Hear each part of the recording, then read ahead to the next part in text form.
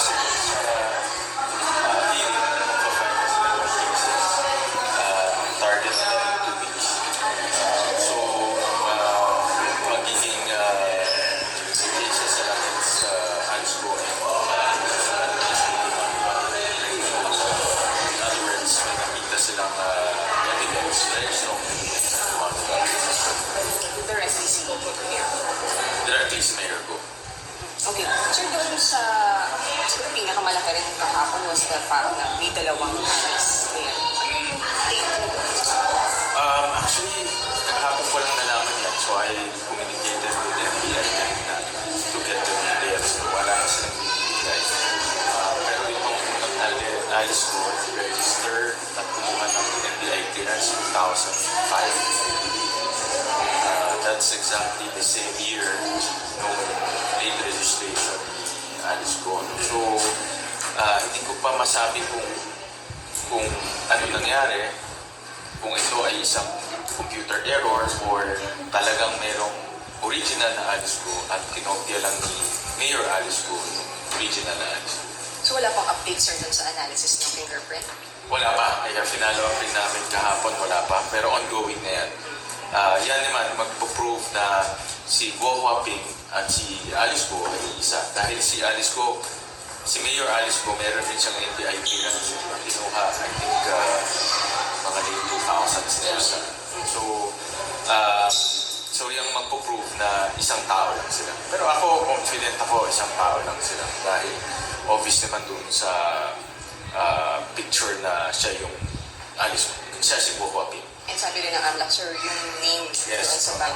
Doon sa kahapon din sa hearing, tinanong namin dahil kung nagbubukas ka ng bank account, kailangan mo ipasok yung mga personal information mo. Your name, your surname, including your mother's maiden name. At according to AMLAC sa hearing, sinulat ni Mayor Alice Go na kanyang mother's maiden name ay Wendy Lin na maraming variations yun. But basically, yun na rin, si Wendy Lin. That corroborates with the story ng mga taga-Valenzuela na pinapakilala si Wendy Lin, Winnie Lin, as her mother. And also, tugma yun sa BOI records na si Wendy Lin, dineclare niya yung kanyang mga dependent children. Isa doon yung dependent daughter niya na si Guo Huaping. So, nagtugma-tugma na yung mga story. So wala na siyang lusot, sir, on that aspect? Wala nang lusot. Airtight na ito. At kahapon rin narinig natin na ipa-file ng PSA yung cancellation ng kanyang birth certificate. Kung nag-cancel yung kanyang birth certificate, obviously hindi na siya Filipino. The next step naman po waranto para matanggal siya sa pwesto dahil hindi na siya Filipino. Sir, pero sabi nung abogado ni Mayor Alice, parang sobrang unfair naman daw yung pag-cancel ng kanyang birth certificate kung mga mali-maling entries lang ang issue at para matanggal yung kanyang citizenship. Nagsinungaling yung father niya. Hindi mali-maling entries yung deliberate yung pagsinungaling. Hindi nangyari sa isang birth certificate kundi sa 4 na birth certificate. No? So, hindi mali-mali yun. Talagang deliberate lies at nagsinungaling. No? So, pag pinayagan natin to, parang sinasabi na natin sa ibang nag-legal registration, pwede kang magsinungaling. No? At pwede kang magbigay ng mga pekeng impormasyon para makuha mo yung pekeng nationality. So, hindi magandang mensahe yan sa mga nagtatangkang gamitin itong late registration para sa kanilang pekeng nationality. Sir, yung previous interview mo dun sa abogado ni Mayor Alice before the hearing kahapon, ang sabi niya is nandito pa sa Metro Manila si Mayor Alice but yesterday the mayor did not show up. Sa office niyo po ba may information kayo where the mayor is? Kahapon sinabi ng Bureau of Immigration nandito pa si Guo Huaping, nandito pa si Alice Go. So, meron na rin lookout para sa kanya all over the country. So, ibig sabihin na pag lalabas siya sa mga airports natin, pwede siyang i-detain dahil meron ng lookout. Lalong-lalo nang nag-file na yung PAOK ng kaso, so ongoing yung kaso na sa human trafficking. So, nandito pa siya. Sir, has your office tried looking for the other Alice Go?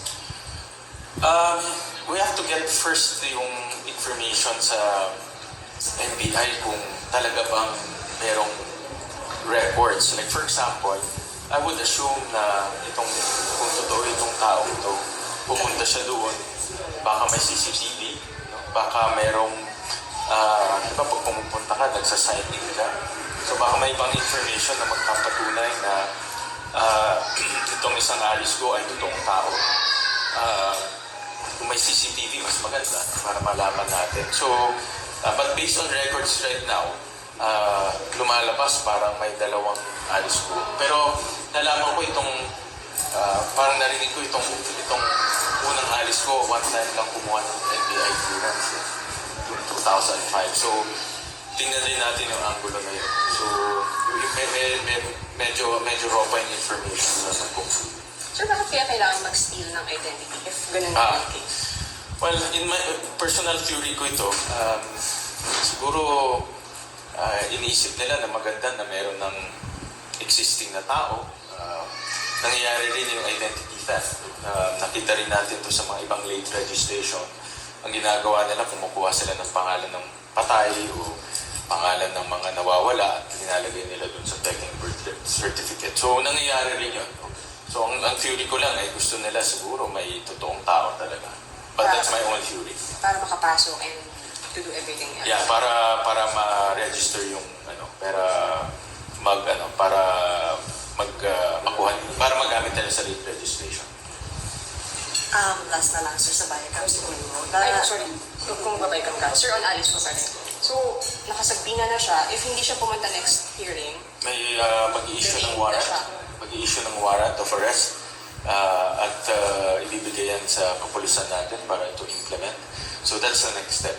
Kung hindi siya pupunta, mag-i-issue ng warrant na para physically arrestuhin siya at dadalhin sa Senate. paano yung parents? Yung Yung parents niya, wala na tayong magagawa doon dahil nasa abroad na. No? Sinabi na ng Bureau of Immigration. At sa akin, flight is a sign of guilt. So tumakbo na sila. Again, no, Chinese citizen sila, so wala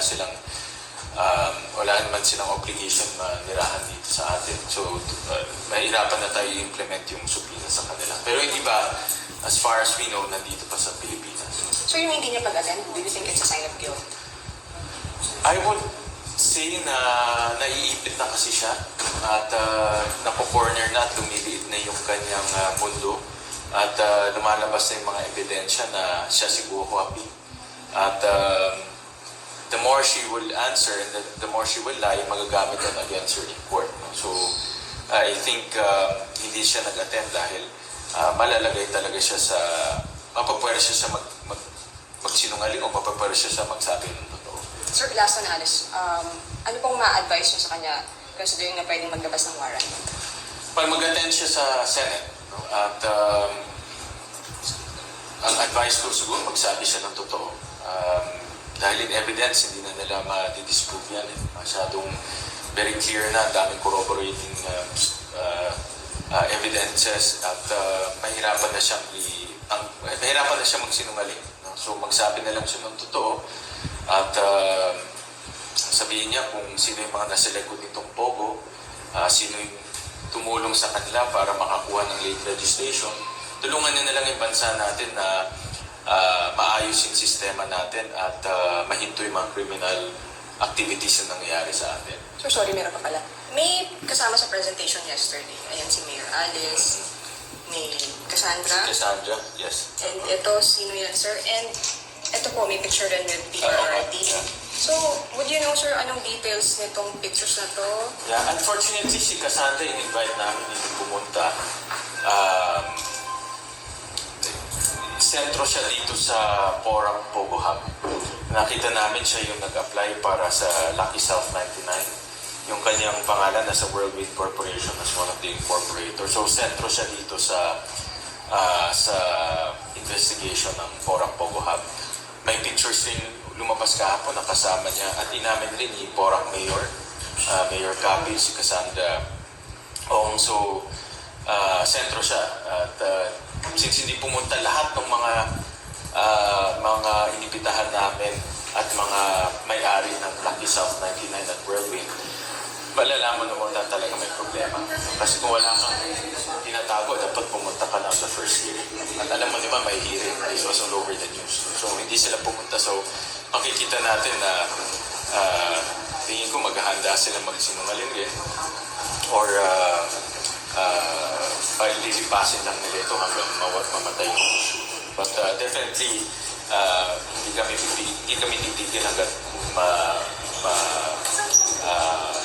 mapuwersa silang pumunta sa Senado. If ever hindi sila pupunta next year, magsusupi na rin kami. So ito, big boss ba yan ng Pogo, illegal po? Ito pong guy. Hindi ko siya ma-pinpoint, no? Hindi ko siya ma-pinpoint ngayon.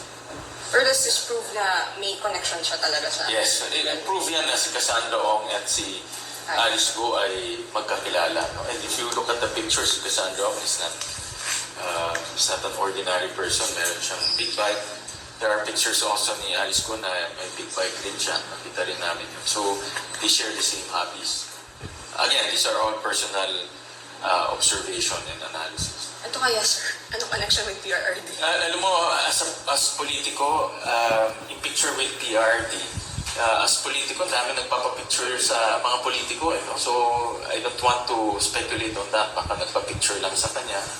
Maybe during the time of PRD, presidente siya, alam naman natin, maraming nagpapapicture. So, presidente siya, baka nagpapicture. So, I don't want to speculate on that aspect. Sir, last na lang po. Nabanggit na naman ni Sen Coco yung nangyari sa MyCam. What's the next step? Okay, itong batas na ito, yung back on digital service providers, hindi bagong batas to. We're just evening the playing field. Dahil mga local platforms, no, tulad ng Viva Max, iWantTV, lahat sila nag-charge ng VAT. Pero mga Netflix, Spotify, hindi nag-charge ng VAT. So papantay lang natin. Kasi unfair naman dun sa mga local na pinapatawan ng VAT. So, ganun kasimple lang tong batas na ito. At ang maganda dito, makakalikom ang bansa natin ng on the average pa 18 billion a year. So, dagdag kita to sa atin na pupunta sa papagawa ng schools, papagawa ng infrastructure, at dinagdag rin namin yung pagpa-fund ng creative industries. No? Malaking bagay yan dahil alam natin ang Pinoy very talented pagdating sa creative industries. Ang problema, walang tulong na nakukuha sa gobyerno. So ngayon, magkakaroon na sila ng automatic na tulong para sa mga industries tulad ng script writing, filmmaking, musical. So all of these creative industries may automatic funding. Timeline, sir, signing. Hopefully, mapermahan to ni Presidente in the next 30 days, hopefully. At we can implement this in the next 90 days. So within the year, ma-implement. Thank you, sir. All right.